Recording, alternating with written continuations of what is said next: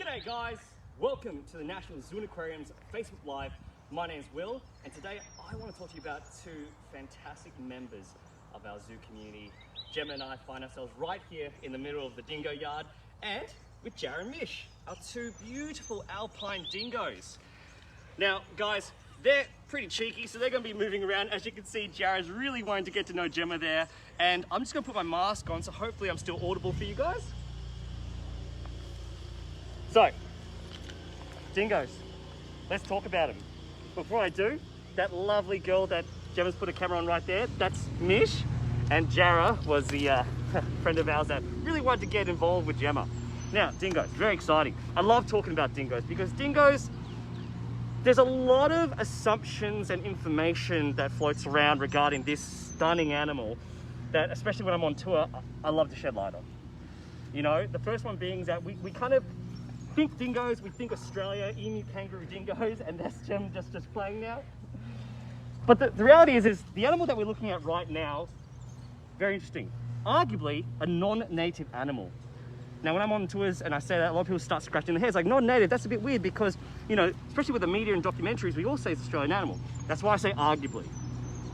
The oldest known fossil of dingoes is dated about 3,500 years ago, but there's a lot of evidence to suggest they've been here for far longer, and the range is quite grand. So we're looking at about 3,500 to about 12,000 years, and the reason why we posit about 12,000 years, there's Jara being very cheeky, is with 12,000 years ago, give or take, that's when Tasmania kind of popped off mainland Australia, and there are no dingo remains on Tasmania. So we have about 3,500 to 12,000 year gap where this stunning animal right in front of you found its way onto Australian mainland.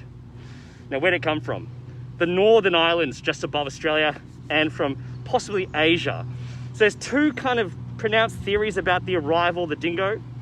The first one being land bridges that occurred very long ago, the last glacial shift that we had in the world. The dingoes came across. Alternatively, Asian seafarers brought them here.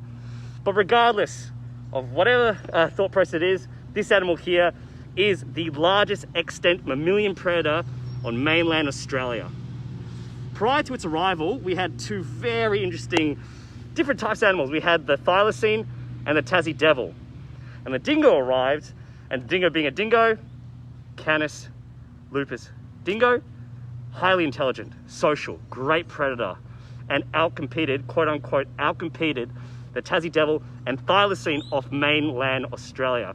That's a bit arguable. The dentition for Tassie devils and thylacines are very specific and unique, and the animal in front of you is a generalist predator. So the dingo very much will take on whatever it can get.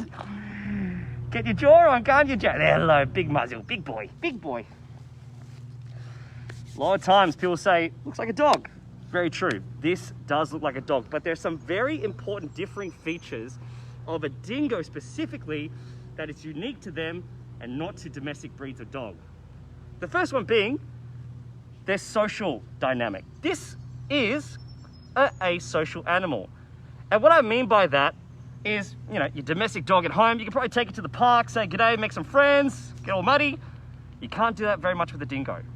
Naturally in the wild, the dingoes are going to be together in an apex pair unit, a male and female, that may be made up about 10 individuals in total of previous generations, and they're going to stay within their realm, within their zone. For these guys here, they will stick with their family unit, and very rarely, if at all, will kind of cross any other dingo group in their environment.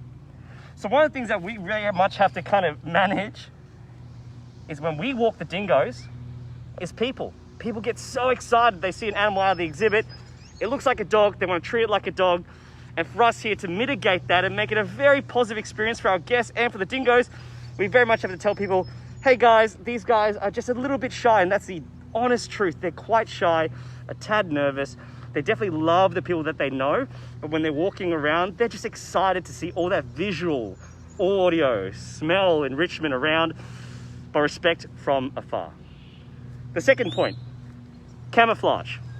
Now, in regards to coloration, you're looking at blacks, whites, and tans, but I'm more specifically talking about olfactory camouflage. You wouldn't believe it, But the dingo is pretty much silent in its smell, meaning that it doesn't really smell like a dog at all. That works so well for it being the apex mammalian predator, being that for this animal here, when it's looking around, hunting for food, whether small mammals, reptiles, birds, or even larger prey items, if they get a whiff of a dog, I'm sure at home, with your dogs at home, when you pet them, you might get that oily texture or smell to them. The dingo, not in the slightest. Because as this animal's going around hunting, it wants to be absolutely silent as it does so to make sure that, very cute, Jarrah, to make sure that they're successful in the hunt. Third one's a bit of a pseudo myth. So we get told a lot, dingoes don't bark, right? Untrue. Dingoes have a wide range of vocabulary. Barking is one of them, but there's also howling and singing and of course growling. They have such a complex vocabulary, especially for us as their keepers. Listening to them, not only for their physical language, but their vocal language is super integral to kind of understand how, like Jarrah right now, is going. And obviously Jarrah's having a great time in the sun. It's a beautiful spring day. Last two comes down to their physiology. The first one is, this animal here it's a big jargony word. It's called an encephalization quotient. All it means is the brain to the body ratio. And for a dingo, for the size of the body that they have as a dog, they have massive brains. And trust me, all of us here that work with them very much have to kind of deal with how clever these guys are. We have a wonderful member of the natives team called Damon, who actually has a training regime for all the dingoes, and that feeds into their daily enrichment that's so important for their day-to-day, life. And the very last thing for these guys here, big jaws. Massive, massive girth in the jaws for all that sensational hunting. Naturally, dingoes in the wild will have, give or take, 68% mammalian, but it's also made up of birds, reptiles, even fish as well. Now, at the start of the talk, I referred to this animal here as an Alpine Dingo. You might kind of infer that there's different types of dingoes. There kind of are, but it's not so much as different species, but what we would call a different ecotype. And what I mean by that is just a set of species that has become very much acclimatized to different environments that they find themselves in. These two here are Alpine Dingoes. And one distinguishing feature about them is that they got a beautiful, lovely, plush coat. I saw someone in the comments mention whether we're going to see Kronos today. Sadly, we're not. But if you do come to the zoo, and we really do hope that you do, we have two pairs of dingoes. This is Jarrah and Mish. And we have Cora and Kronos just a bit yonder. And Kronos is a desert dingo, and he looks very, very much different in his physiology compared to these guys. Now, I want to touch on a very important point because I'd be remiss if I didn't. These guys are incredibly important for our ecosystem. As an apex predator, their role is to keep down a lot of the prey items. And to be honest with you, were we to remove animals like a dingo or a snake or a large predatory bird, what often happens is that we see an overpopulation of some of the grain grass eaters, the herbivores, which sounds lovely, but the challenge with that is, without apex predators keeping our herbivore numbers in check, sadly they do overpopulate, and as a byproduct will overeat their resource. So as cute as Jarrah is laying in the spring sun, he is a very, very important part of his habitat, because he and the family that he has all around Australia keep the numbers of native herbivores in check. But what's also very important is that for this animal here, we would classify a dingo as an introduced species that has become naturalized to the environment. Here comes Mish. Hey, honey. You can't let Jarrah have all the spotlight, can you, sweetheart? Bless you, Jarrah. What I was saying is that you classify a dingo as a non-native species that has become naturalized to our environment. Mish, you are a cheeky, cheeky girl. Foxes and cats and wild dogs, they have very challenging aspects to them that adversely affect our animals in the wild. And what we found is that when we find dingoes, when we find you, foxes and cats and all those other non-native animals that do find their homes in our outback are not found, because a dingo outcompetes them, it scares them away and keeps them in check. Oh, thank you, Jara. Another challenge with the dingoes is the human perception of them. For these guys here, since colonization all the way up to present day, there's so much contention in regards to how do we classify dingoes. Depending on whatever state or territory you find yourselves in as you're watching this Facebook Live, a dingo may be classified as a native fauna species, or it could be classified as a pest or a wild dog. There's so much debate in regards to the hybridization and the purity of the dingo. And for a ground component, there's a belief that there are many, many mongrel dingoes out in the bushland, so dingoes that have crossbred with dogs. But the reality is that a recent study just in 2021 has suggested that there are actually far more pure dingoes hanging all around the Australian outback than there are hybrid dogs. And we very much need to protect them.